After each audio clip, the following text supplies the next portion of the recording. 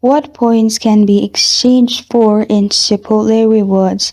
Hi everyone, I'm here to assist you today. Without any delay, let's jump right in. If you go to the Chipotle Rewards page, you'll find all these options. You can simply scroll down and then join. For $1 is 10 points, and you'll find different offers for points.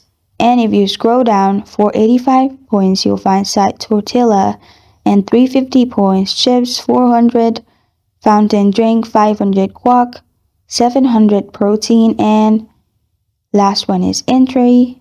That is the max one. And these are the things you can exchange points for, and after you exchange, your points will be deducted as well.